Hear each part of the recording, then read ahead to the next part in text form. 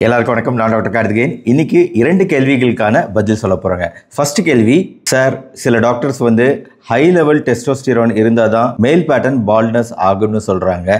சில பேர் low level testosterone இருந்தால் தான் சொட்டை விழும்னு சொல்றாங்க சார். பட் எப்படி சார் எது சார் கரெக்ட் அப்படின்னு சொல்லிட்டு ஒரு சப்ஸ்கிரைபர் கேட்டிருக்காரு. இரண்டாவது கேள்வி ரொம்ப இன்ட்ரெஸ்டிங்கான கேள்விங்க. வணக்கம் டாக்டர், எனக்கு ஹிப் ஃப்ராக்சர் ஏற்பட்டது. இதற்கான அறுவை சிகிச்சை எடுத்துக்கொண்டு மருந்துகள் எடுத்துக்கொண்ட பின் வலிக்கை பகுதிகளில் புதிதாக முடி வளர்ச்சி ஏற்பட்டதுடன் நரைமுடியும் குறைந்து வருகிறது. அதாவது இடுப்புல அடிபட்டு ஃப்ராக்சர் ஆகி சர்ஜரி பண்ணதுக்கு அப்புறம் உடம்பில் வலிக்கையாக இருந்த பகுதிகள் எல்லாம் முடி முளைக்க ஆரம்பிச்சிருக்கு, நரைமுடி கூட குறையுது அப்படின்னு சொல்றாரு இந்த சப்ஸ்கிரைபர். இந்த மாற்றம் எதன் காரணமா ஏற்படுது அப்படின்னு விளக்கமா சொல்றாரு. இந்த 2 கேள்விகளுக்குமான பதில இன்னைக்கு நம்ம பார்ப்போம். முதல் கேள்வி, ஆண் ஹார்மோனான டெஸ்டோஸ்டிரான் நம்ம உடம்புல அதிகமா இருந்தா முடி கொட்டுதல் சொட்டை வலிக்கை ஏற்படுமா, குறைவா இருந்தா முடி கொட்டுதல் சொட்டை வலிக்கை ஏற்படுமா அப்படின்னு கேட்டீங்கன்னா, அதிகமா இருந்தாலும் முடி கொட்டுதல் ஏற்படும், குறைவா இருந்தாலும் முடி கொட்டுதல் ஏற்படும். என்ன டாக்டர் இப்படி சொல்லிட்டீங்க? உண்மைதாங்க. டெஸ்டோஸ்டிரான் அளவுகள் ஆண்களுக்கு வழக்கத்தை விட 300 to 1000 nanogram per decilitre normal அப்படின்னு சொல்லுவோம். 1000 நானோகிராம் பெர் டெசிலிட்டருக்கும் மேலே ரத்தத்தில் டெஸ்டோஸ்டிரான் அளவுகள் இருக்குது அப்படின்னா அந்த ஆண்களுக்கு உடம்பில் இருக்கக்கூடிய முடிகள், கை கால்களில் இருக்கக்கூடிய முடிகள், நெஞ்சு முடிகள் இதெல்லாம் அதிகமாக இருக்கும். தாடி மீசை நல்லா வளரும், ஆனால் முடி மேலே சொட்டையாகும். இது பெரும்பாலும் பார்க்க முடியுது. ஆனால் இதனால பெரிய பாதிப்புகள் அப்படின்னு வேற எதுவும் உடம்புக்குள்ள கிடையாது. ஆனால் டெஸ்டோஸ்டிரான் அளவுகள் குறைவாக இருந்துச்சுன்னு வைங்க, அது சாதாரண விஷயம் கிடையாது. அது முடி கொட்டுதல் மட்டும் இல்லை, ரொம்ப உடல் சோர்வாக இருப்பாங்க இந்த மாதிரி ஆண்கள். அந்த ஜோஷ் ஒரு ஆண்களுக்குன்னு இயற்கையாக கொடுக்கப்பட்ட ஒரு விதமான ஸ்ட்ரென்த் இருக்காது. உடல் சோர்வு, அசதியாக இருக்கும், தசைகள் வலுவிழந்து காணப்படும், எலும்புகள் நம்மளோட போன் ஸ்ட்ரென்த்து கூட குறைவாக இருக்கும், உடல் பருமன் இருக்கும். இந்த மாதிரி ஆண்களுக்கு இரிட்டபிலிட்டி, டென்ஷன் அதிகமாக இருக்கும். ஜென்ரலாக வயது ஏற ஏற, வயசு அதிகமாக 60 வயசு 70 வயசு அப்படின்லாம் ஆகும்போது 60 வயசில் 10ல் 2 ஆண்களுக்கு டெஸ்டோஸ்டிரான் அளவுகள் குறைவாக இருக்கும், 300க்கும் கீழே. 70 வயசு ஆயிடுச்சுன்னா 10ல் 3 ஆண்களுக்கு டெஸ்டோஸ்டிரான் அளவுகள் இயல்புக்கும் குறைவாக இருக்கும். இந்த அறிகுறிகள் காணப்படும். ஈவன் தூக்கம் கூட பாதிக்கப்படும். இந்த தூக்கம் பாதிக்கப்படுறதுனாலே பகல் நேரத்தில் ரொம்ப சோர்வாகவும் அசதியாகவும் காணப்படுவாங்க இந்த மாதிரி பேஷண்ட். அப்போ வயதான பிறகு தான் டெஸ்டோஸ்டிரான் அளவுகள் குறையுமா? வயதான பிறகு குறையிறது இயற்கை. ஆனால் சின்ன வயசுலேயே குறையிறது செயற்கை. அதாவது அதிகமாக புகைப்பழக்கம், மது பழக்கம், எந்த எக்ஸசைஸும் கிடையாது, போதை பழக்கத்துக்கு அடிமை, நிறைய ஸ்வீட்ஸு ஸ்நாக்ஸு இனிப்பு பலகாரம் தான் நம்ம வாழ்க்கை அப்படின்னு இருக்கக்கூடிய ஆண்களில் இயற்கையான முறையில் டெஸ்டோஸ்டிரான் அளவுகள் குறையலாம். அப்போ டாக்டர், டெஸ்டோஸ்டிரான் உடம்புல கம்மியாக இருக்குது, அப்போ நம்ம அதை டெஸ்டோஸ்டிரான் ரீப்ளேஸ்மெண்ட் தெரப்பின்னு ஒன்று இருக்குது, அதை கொடுத்து நம்ம டெஸ்டோஸ்டிரான் அளவுகளை அதிகப்படுத்தலாமா? பண்ணவே பண்ணாதீங்க. ஏன்னா ஏகப்பட்ட சைடு எஃபெக்ட். அதில் ஒன் ஆஃப் த பக்க விளைவு என்ன தெரியுங்களா? முடி கொட்டுதல். என்னது? டெஸ்டோஸ்டிரான் அதிகமாக இருந்தாலும் முடி கொட்டுதல், குறைவாக இருந்தாலும் முடி கொட்டுதல். அதை குறைவாக இருக்கிறதுக்காக ட்ரீட்மெண்ட்டுக்காக டெஸ்டோஸ்டிரான் கொடுத்தாலும் முடி கொட்டுதல். டாக்டர் ஆணியே பொடுங்க வேணாம் அப்படிங்கிறீங்களா? சரி, இயற்கையான முறையில் எப்படி நம்ம இந்த டெஸ்டோஸ்டிரானை அதிகப்படுத்தலாங்க? அதுக்கு சில டிப்ஸ் சொல்கிறேன், வேணா கேட்டுக்கோங்க. No smoking. கண்டிப்பாக புகைப்பழக்கம், ஸ்மோக்லெஸ் டொபக்கோ அப்படின்னு சொல்லக்கூடிய புகையிலை பழக்கம் எதுவுமே இருக்கக்கூடாது. மது, ஆல்கஹால் இருக்கக்கூடாது, போதை பழக்கம் இருக்கக்கூடாது, சுகர் அதிகமாக சாப்பிடக்கூடாது, ஸ்வீட் அதிகமாக சாப்பிடக்கூடாது, நல்லா எக்ஸசைஸ் பண்ணணும், நல்லா தூங்கணும். இதெல்லாம் ஜென்ரலான டிப்ஸு. உணவுகள் பொறுத்த வரைக்கும் குறிப்பிட்ட உணவுகள் ஹெல்ப் பண்ணும். உணவுகளில் வைட்டமின் டி, மெக்னீசியம், ஜிங்க் மற்றும் செலினியம் சத்துக்கள் இந்த டெஸ்டோஸ்டிரானோட உற்பத்தி நார்மலாக கரெக்டாக இருக்க உதவி செய்யும். அப்போ எந்தெந்த உணவுகளில் இந்த சத்துக்கள் இருக்கு?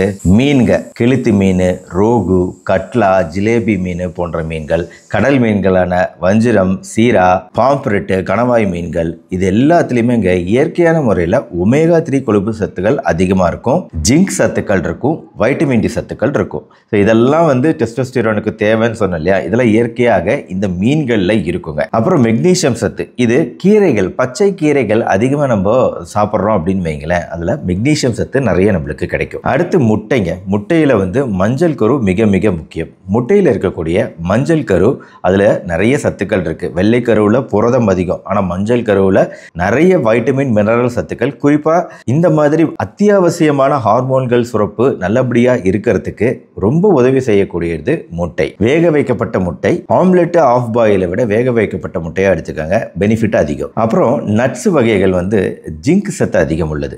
எல்லா வகையான நட்ஸ், பாதாம், பிஸ்தா, முந்திரி போன்ற வகைகள், பீன்ஸ் போன்ற விஷயங்கள் ஜிங்க் சத்து அதிகமாக இருக்கும். பூண்டு சேர்த்துக்கங்க. மற்றபடி ஃபேன்சியான ஒரு விஷயம் டார்க் சாக்லேட்டு. டார்க் சாக்லேட்டில் சில சத்துக்கள், குறிப்பான சத்துக்கள், டெஸ்டோஸ்டிரான் உற்பத்திக்கு ஹெல்ப் செய்யக்கூடிய சத்துக்கள் இருக்கு. மாதுளையில் ஃப்ளேவனாய்டு சத்துக்கள் இருக்கு. மாதுளை இதுக்கு one of the ingredient help பண்ணக்கூடியது. வாழைப்பழம் நல்லா ஹெல்ப் பண்ணக்கூடியது. பீட்ரூட், மற்ற காய்கறிகள் எல்லாமே சேர்த்துக்கங்க. இயற்கையான நல்ல விஷயங்கள் பெரும்பாலும் நம்மளுக்கு நன்மை தான் தரும். மற்றபடி எனக்கு எந்த கெட்ட பழக்கமும் கிடையாது டாக்டர், சின்ன வயசுலேயே டெஸ்டோஸ்டிரான் அளவுகள் குறைவாக இருக்குது அப்படின்னா அதுக்கு வேறு காரணங்கள் இருக்கலாங்க. இந்த டெஸ்டிஸில் அடிபடுறது, விதையில் ப்ராப்ளம் ஏதாவது இருக்கலாம், இல்லை டயபெட்டிஸ் சின்ன வயசுலேயே வந்திருக்கலாம், லிவர் ப்ராப்ளம், கிட்னி ப்ராப்ளம், இதெல்லாமும் நம்ம ஹார்மோன் அந்த மெட்டபாலிசமை பாதிக்கக்கூடியது. அது அரிதான காரணம் இல்லையா, கேன்சர் முதற்கொண்டு இதெல்லாம் உங்களுக்கு இருந்தால் தெரிஞ்சிடும் ஆட்டோமேட்டிக்காக. நான் நார்மலாக என்னன்னே தெரியாமல் இருக்கக்கூடிய மக்களுக்கு தான் டெஸ்டோஸ்டிரான் அளவுகள் அதிகரிக்கக்கூடிய உணவுகள் பற்றி இப்போ நான் பேசினேன். சரிங்க, இப்போ ரெண்டாவது இன்ட்ரெஸ்டிங்கான கேள்விக்கு வருவோம். அதாவது இடுப்பு எலும்பு முறிவு ஏற்பட்டு அந்த இடுப்பு எலும்பு முறிவுக்கு சிகிச்சையெல்லாம் பண்ணி அந்த எலும்புகளை ஒன்னோட ஒன்று கரெக்டாக இணைத்து அதுக்கப்புறம் கட்டு போட்டு அந்த புண்ணு ஆறுறதுக்கு உண்டான மருந்துகள்லாம் கொடுத்து எலும்புகள் இணைவதற்கான மருந்துகள்லாம் கொடுத்து பேஷண்ட்டை வீட்டுக்கு அமிச்சதுக்கு அப்புறம் திடீர்னு பார்த்தா பேஷண்ட்டோட கால் பகுதியிலலாம் முடி அப்படிங்கிறது அதிகமாக இருக்கு. இந்த போட்டோவை பாருங்க. இப்போ 2 மாசத்துல இந்த பேஷண்ட்டோட காலில் எந்த அளவுக்கு முடி இருக்கு அப்படின்னு பாருங்க. நிறைய முடிகள், அதாவது வலது காலில் ஆப்ரேஷன் பண்ணப்பட்டிருக்கு. அதனால உங்களுக்கு அந்த வலது கால் பகுதியில் மட்டும் முட்டிக்கு கீழெல்லாம் முடி இருக்கிறத நீங்க பார்க்க முடியும். அதே மாதிரி 6 மாசம் முடிவில் எவ்வளோ இருக்குன்னு பாருங்க. கொஞ்சம் முடிகள் குறைஞ்சிருக்கு. 2 மாசத்துல முடிகள் அதிகமாக இருந்துச்சு, அப்புறம் 6 மாசத்துல குறைஞ்சிருக்கு. அப்புறம் 6.5 மாசம் ஒரு அந்த சர்ஜரிலாம் முடிஞ்சு 6.5 மாதம் கழிச்சு மறுபடியும் முடிகள், முளைத்த முடிகள் காணாம போயிடுச்சு. அதே மாதிரி இந்த பேஷண்ட், இந்த பையனை பாருங்க, இவனோட கைகளை பாருங்க. அதாவது இடது கையில் மட்டும் அந்த மணிக்கட்டு பகுதியில் அதிகமாக முடி முளைச்சிருக்கு. இதுவுமே அவனோட கைப்பகுதியில் ஒரு சின்ன ஒரு ஆப்ரேஷன் பண்ணி அவனோட இடது கையில் ஒரு டெண்டான் ஏதோ கட்டாயிருக்குன்னு நினைக்கிறேன், ஏதோ அடிபட்டதுனால அதை சரி பண்ணிவிட்டு அப்புறம் அந்த இடத்துல அது மூவ்மெண்ட் ஆகாமல் இருக்க ஒரு ஸ்ப்ளிண்ட் மாதிரி போட்டிருக்காங்க. போட்டு கொஞ்ச நாள்லேயே அந்த இடத்துல பார்த்தீங்கன்னா நிறைய முடி முளைச்சிருக்கு. ஸோ இதுதான் இப்போ பேஷண்ட் கேட்ட கேள்விக்கு முன்ன பதில். அவருக்குமே இடுப்பு எலும்பு முறிவு ஏற்பட்டதுக்கு அப்புறம் திடீர்னு முடி முளைச்சிருக்கு. நல்ல நரைமுடிகள் கூட கருமை நிறமாக மாறுது அப்படின்லாம் சொல்றாரு. என்ன டாக்டர் மேஜிக் நடக்குது, என்ன நடக்குது, திடீர்னு முடி முளைக்குது, திடீர்னு அது தானா கொட்டுது, என்ன காரணம் அப்படின்னு கேட்குறீங்களா? இதுக்கு காரணம் என்ன அப்படின்னு கேட்டிங்கன்னா சில விஷயங்கள். ஒரு உடம்புல புண்ணு அப்படின்னு ஒரு விஷயம் ஏற்படும் போது எல்லாருக்கும் இது நடக்காது, முதல்ல சொல்லிடுறேன். சில பேருக்கு இது நடக்கும். உடம்புல அடிப்பட்ட பின்னாடி அந்த புண்ணு ஆறுறதுக்கு என்ன வேணும், நம்மளுக்கு அந்த திசுக்கள் திரும்பி வளரணும். இப்போ எலும்பு உடஞ்சிருக்குன்னா எலும்பு திரும்பி கூடணும். இப்போ புண்ணு கட்டாயிருக்குன்னா அந்த கட்டான இடத்துல திருப்பி திசுக்கள் வளர்ந்து அது சேரணும். இதுக்கு என்ன தேவை, அந்த இடத்துல நிறைய சத்துக்கள் தேவை. சத்துக்கள் இருந்தால் தான் அந்த புண்ணு ஆறும். அந்த புண்ணு ஆறுறதுக்கு தேவையானது growth ஃபேக்டர்ஸ். இப்போது இந்த இடத்துல ரத்த ஓட்டம் அதிகமாக தேவை. அந்த ரத்த ஓட்டம் அதிகமாக இருக்க ஏஞ்சியோஜெனிசிஸ் அப்படின்னு சொல்லிட்டு புது புது ரத்த குழாய்கள் அந்த இடத்துல உருவாகணும். குட்டி குட்டி ரத்த குழாய்கள் உருவாகணும். முட்டி பகுதியில் ஆப்ரேஷன் பண்ணியிருக்காங்கன்னா அந்த முட்டியில் இருக்கக்கூடிய காயங்கள் ஆறுவதற்கு புதுசாக ரத்த குழாய்கள் உருவாக ஆரம்பிக்கும். இதுக்கு பேர் ஏஞ்சியோஜெனிசிஸ். இந்த ஏஞ்சியோஜெனிசிஸ் புது ரத்த குழாய்கள் உண்டாக நம்ம உடம்பு உற்பத்தி செய்யக்கூடிய ஒரு வளர்ச்சி hormone, growth hormone vascular endothelial growth factor அப்படின்னு சொல்லுவோம். இது அதிகமாக சுரக்கும். இந்த புண்ணு ஆற்றுவதற்காக உடம்பு சுரக்கும். அதே மாதிரி அந்த இடத்துல மற்ற திசுக்கள்லாம் வளர்வதற்கு, குறிப்பா முடி வளர்ச்சிக்கு தேவையான ஒரு விஷயம் TGF beta, transforming growth factor அப்படின்னு சொல்லுவோம். இன்னொன்று PDGF, platelet derived growth factor. இந்த TGF, PDGF, VEGF, vascular endothelial growth factor, இது எல்லாமே growth ஃபேக்டர், அதாவது வளர்ச்சிக்கு தேவைப்படக்கூடிய ஹார்மோன்கள். இந்த growth ஃபேக்டர்னால தான் இந்த புண்ணை ஆறுவதற்கு இதெல்லாம் சுரக்கிறதுனால அந்த புண்ணு ஆறுது. அப்போ இந்த இடத்துலலாம் நல்ல புது புது ரத்த ஓட்டம், அந்த இடத்துல ஒரு கலகலப்பாக இருக்குது. ஒரு ஃபங்க்ஷன் நடக்குதுன்னா அந்த இடத்துல திருவிழா நடக்கிற மாதிரி ஒரு கலகலப்பாக இருக்குல்ல, அப்போ புண்ணு ஆன இடத்துல கலகலப்பாக பல வேலைகள் நடந்துட்டு இருக்கு, உடம்பு பண்ணிக்கிட்டு இருக்கு. அந்த இடத்துல இப்போ புதுசாக ஒரு மாளிகையை உருவாக்கணும்னா நிறைய ஆட்கள் அந்த இடத்துல இருப்பாங்க. பார்ப்பாங்க வேலை செய்யறதுக்கு, புது பில்டிங் உருவாக்க. அதே மாதிரி ஒரு புது திசுக்களை உருவாக்க பல பேர் அந்த இடத்துல ஒன்னா கூடி இருக்கிறாங்க. அவங்க ஒன்னா கூடுறதுனால இந்த growth ஃபேக்டர் நிறைய இருக்கிறதுனால கூடவே வந்து ஒரு பக்க விளைவா சில பேருக்கு அந்த லோக்கலைஸ்டு ஹைப்பர் ட்ரைகோசிஸ் அப்படின்னு சொல்லிட்டு அந்த இடத்துல மட்டும் இல்ல அதுக்கு பக்கத்துல இருக்கக்கூடிய சில ஏரியாக்கள்ல முடி வளர்ச்சி இருக்கும். சில பேருக்கு ஜெனரலைஸ்டு ஹைப்பர் ட்ரைகோசிஸ் அப்படின்னு சொல்லிட்டு இந்த உடம்பு முழுக்க இந்த மாறுபாடுகள்னால உடம்பு முழுக்க அந்த வளர்ச்சி ஹார்மோன்கள் சுத்துறதுனால சில பேருக்கு அந்த முடி வளர்ச்சி, கருமை நேரத்துல முடிகள் மாறுறது போன்ற பக்க விளைவுகள் ஏற்படலாம். இது ஒரு பக்க விளைவு தானே தவிர இது ஒரு சொல்யூஷன் கிடையாது. என்ன ஆகும், ஒரு ஸ்டேஜ்ல ஆறும். இப்போ முட்டி பகுதியில 6.5 மாசத்துல திருப்பி எல்லா முடிகளும் காணா போச்சு. அதே மாதிரி பையனுக்கு கையில வந்த முடி வளர்ச்சி அப்படிங்கிறது கொஞ்ச நாள்ல காணா போயிடும். ஏன் அப்படின்னா புண்ணு ஆறிடுச்சு. புண்ணு ஆறணும்னா உடம்பு வழக்கம் போல நார்மல் இதுக்கு வந்துருச்சு. ஃபங்க்ஷன் முடிஞ்சிருச்சு, திருவிழா முடிஞ்சிருச்சு, எல்லாரும் கலைஞ்சு போயிட்டாங்க. எல்லாம் கிளம்பு கிளம்பு கிளம்பு கிளம்பு நம்ம வேலையை செய்யணும் அப்படிங்கிற மாதிரி எல்லாரும் கிளம்பி போயிட்டாங்க. growth ஃபேக்டர்லாம் காணும். இப்போ மறுபடியும் முடி வளர்ச்சி நார்மல் ஆகிடும். முடி வளர்ச்சி இருக்காது. அவ்வளோதாங்க, இதுதான் விஷயம். உங்களுக்கு ஏற்பட்ட முடி வளர்ச்சிங்கிறது டெம்பரரி, தற்காலிகமானது, நிரந்தரமானது கிடையாது. அதே மாதிரி எல்லாருக்கும் ஏற்படக்கூடிய ஒரு பக்க விளைவு கிடையாது. அரிதாக சில பேருக்கு, அதாவது பெரிய ஆபரேஷன் பண்ணணும்னு அவசியம் இல்லைங்க. சாதாரணமாக கொழுப்பு கட்டிகள் எடுத்திருக்கோம், சூப்பர்ஃபிஷியல் பரோடைடெக்டமி அப்படின்னு சொல்லிட்டு பரோட்டிட் கிளாண்டெல்லாம் இருக்கும், அதை நம்ம ரிமூவ் பண்ணியிருக்கோம்.